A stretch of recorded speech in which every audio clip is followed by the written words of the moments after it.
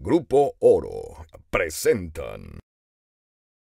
Para los micrófonos de Oro Noticias, en entrevista telefónica habló Jorge Eduardo Navarrete, embajador eminente, retirado y académico de la UNAM.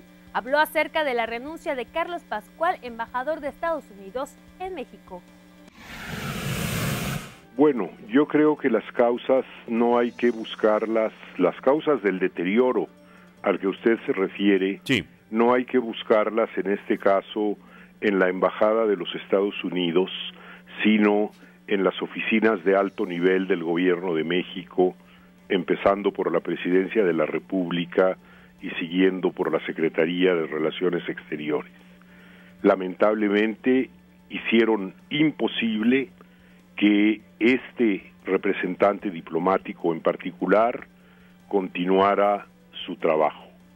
Las declaraciones públicas de insatisfacción y de falta de confianza en la persona no son la manera de sancionar una conducta inadecuada de un diplomático extranjero. Para eso existe la declaración de persona non grata que lo fuerza a dejar su cargo. El obligarlo, colocarlo en la posición imposible en que se le colocó, a mí me parece un tratamiento que no merecía este embajador en particular y por lo general no merece ningún diplomático. Hay formas para hacer las cosas, no mediante declaraciones de prensa o mediante circulación de rumores en contra de una persona que hacía su trabajo, analizar la realidad nacional. Que no estemos de acuerdo o que algunos no estén de acuerdo con sus análisis es otra cosa. Si no hubiera habido la filtración de Wikileaks, el gobierno de Calderón ni siquiera se entera de lo que el embajador había dicho y entonces no hubiera pasado nada. Se está reaccionando de una manera verdaderamente vergonzosa desde el punto de vista de la diplomacia mexicana y colocando a un diplomático que, aún aceptando que estuviera equivocado, tenía todo el derecho de transmitir a su gobierno sus opiniones y sus puntos de vista. De acuerdo. Jorge Eduardo Navarrete, ¿nos faltó talla diplomática? Nos faltó oficio diplomático y está faltando muchísimo en este y en varios otros casos en los años recientes, por desgracia. De acuerdo. Ahora, esto es de ida y vuelta. Estoy hablando con Jorge Eduardo Navarrete, embajador eminente, retirado y académico de la UNAM. Vamos, un hombre que conoce perfectamente pues este delicado tema, sí, el de la diplomacia, desde luego. Decía que esto es de ida y vuelta. Lo mismo ocurre en México que puede ocurrir en otro país, incluyendo Estados Unidos, incluyendo México.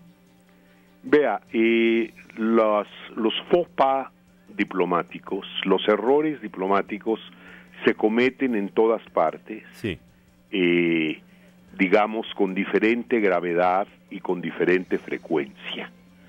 Pero nosotros pareciéramos empeñados en ganar el campeonato, de hacer los más graves y los más frecuentes.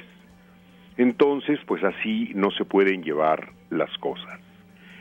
Ciertamente son censurables las acciones o algunos aspectos de las acciones estadounidenses de supuesta ayuda o colaboración al gobierno de México en esta guerra que ya no le llamamos guerra contra el narcotráfico.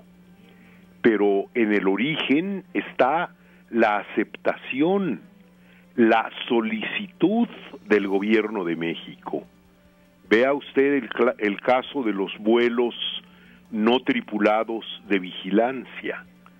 Se aceptó formalmente que el gobierno de México, por sí y ante sí, sin tener en cuenta las facultades de otros poderes, en particular del Poder Legislativo y del Senado en esta materia, decidió solicitar que enviaran esos vuelos y decidió mantenerlo oculto.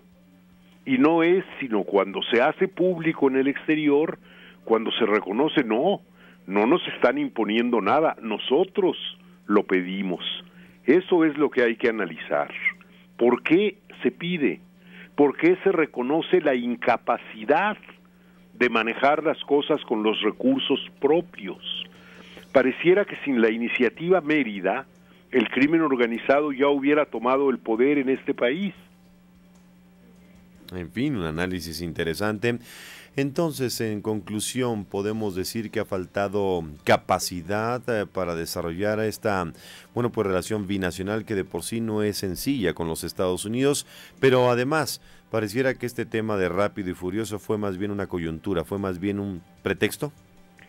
Mire usted, este asunto también está en la lista de los errores que señalaba. Se nos dice ahora que la idea era rastrear cómo se manejaban las armas entregadas a personas vinculadas con el crimen organizado para llegar y capturar a quienes finalmente se beneficiaban de ellas en sus operaciones ilícitas. Sí. Y que la idea no era que no cruzaran la frontera. Bueno, usted ahí encuentra los paralelos históricos en el caso de los Contras en Nicaragua, a los que también les hacían llegar armas y provocaron una de las guerras civiles más sangrientas en la historia de América Central. Evidentemente que cuando a México se le comunicó que se iba a hacer este tipo de operación, debimos haber manifestádonos en contra definitivamente, no solo de que no pasaran la frontera. Hay otros medios de rastrear los circuitos del crimen organizado, y el medio más importante de rastrear es rastrear el lavado de dinero. Y en ese sentido parece que se está haciendo relativamente poco de los dos lados de la frontera. Esto fue una producción de Grupo Oro.